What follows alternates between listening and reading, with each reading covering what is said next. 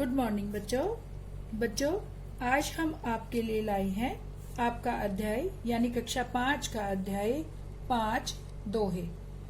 तो सबसे पहले हम कवि परिचय और पाठ परिचय करेंगे।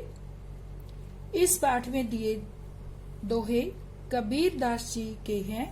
कबीर दास जी साधु का जीवन जीते थे।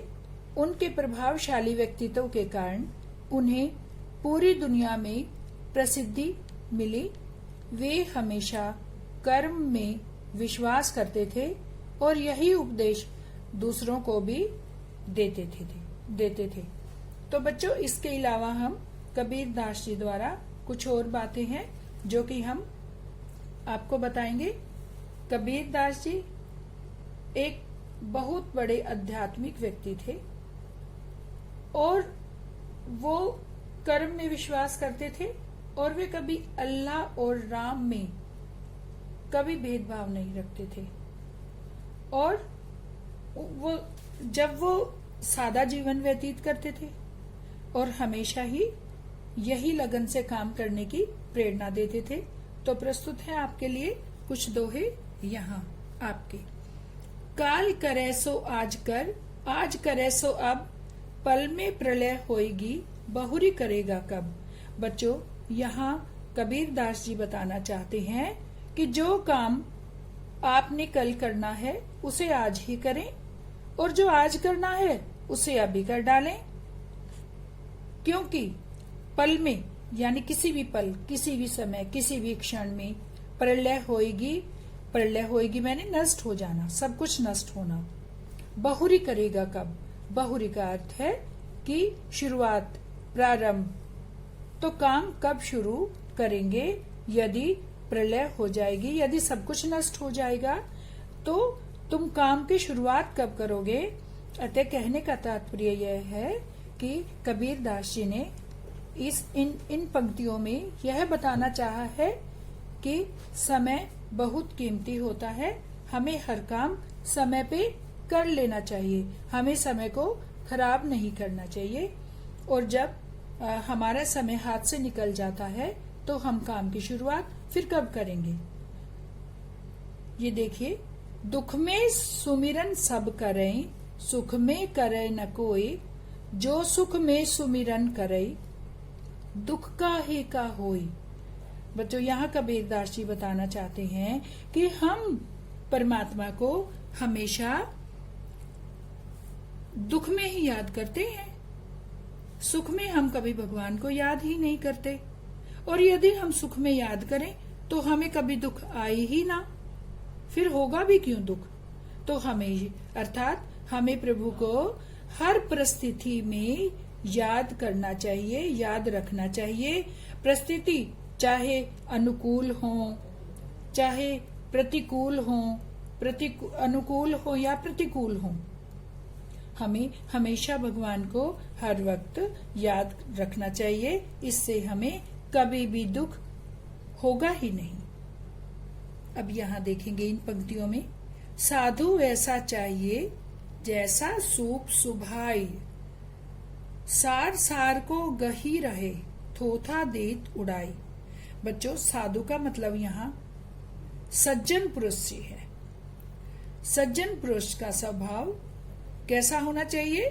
सूप, सुभाई मैंने स्वभाव, सूप जैसा, जिससे कि बच्चों अनाज साफ करते हैं हम, उसको सूप कहते हैं।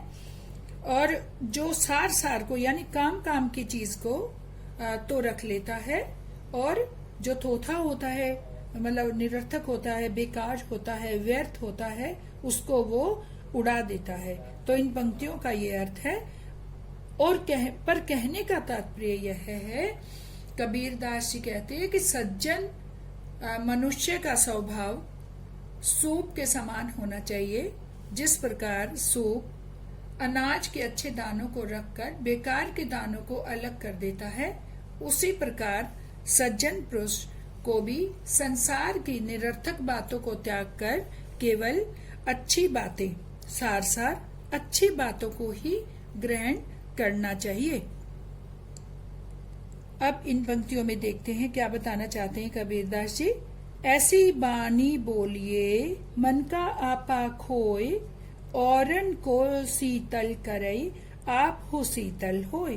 बच्चों, जो कबीरदास जी थे वो यहाँ हम जो ये शीतल लिखा है, कबीरदास जी की जो भाषा थी वो विभिन्न प्रकार की मिलावट से बनी थी, कोई कहीं से कोई कहीं से। इस प्रकार उन्होंने ऐसे जो शब्द प्रयोग किए हैं, शीतल का मतलब यहाँ शीतलता, तो शीतल लिखा हुआ है। तो कबीरदास जी यहाँ बताना चाहते हैं कि हमें ऐसी बानी बोलनी चाहिए, ऐसी बोली बोलनी चाहिए जो मन का आपा खोए, जो हमारे मन का अहंकार दूर कर दे, हमारे अंदर अहंकार ना रहे। हम ऐसी कोई भी भाषा ना बोले, ऐसी भाषा जो अहंकार नहीं लाती, जो मीठी होती है, वो औरों को बहुत शीतलता प्रदान करती है, सुख प्रदान करती है, जिससे सुनकर कोई भी मनुष्य प्रफुल्लित हो जाता है, खुश हो जाता है, और वह अपने आप को तो शीतलता देती ही देती है। स्वयं तो इंसान शीतल होता ही होता है, खुश होता ही होता है, प्रफुल्लित होता ही होता है, पर दूसरे को भी सुनकर बहुत सुख मिलता है। तो हमें अपने जीवन में कभी भी गलत भाषा का प्रयोग नहीं करना चाहिए। हमें अच्छी भाषा ही अपने जीवन में, दैनिक जीवन में बोलनी चाहिए।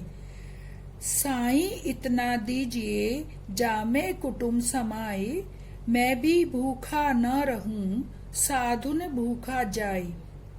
अब इन पंक्तियों में कबीरदास जी बताना चाहते हैं, साईं मीन्स हे परमात्मा, मुझे इतना ही दीजिए जितना कि मेरा गुजारा हो सके, जामे जिसमें, कुटुम्ब मेरे परिवार का, समाए समा जाए, बस मुझे जरूरत के अनुसार ही दीजिए, मुझे इतना ही दीजिए जो सिर्फ मेरा काम चल जाए, जिससे कि मैं भूखा न रह सकूं, जिसमें कि मेरी पूर्ति हो जाए। साधु न भूखा जाए।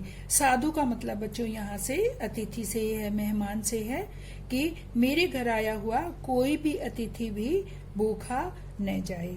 तो इन पंक्तियों में कबीरदास जी भगवान से प्रार्थना करते हुए कहते हैं कि हे प्रभु, हे भगवान, मुझे बस मेरी जरूरत का ही दीजिए, मुझे ज्यादा लोभ लालच नहीं है, जिससे कि मेरा काम चल जाए और मैं भूखा भी ना रह सकूं और कोई मेरे घर आने वाला भी भूखा न रहे। तो बच्चों, ये बहुत ही अच्छे दोहे हैं जो कि जीवन में काम आने वाले हैं। तो आपने ये दोहे याद भी करने हैं और अपनी नोटबुक पे लिखने भी हैं।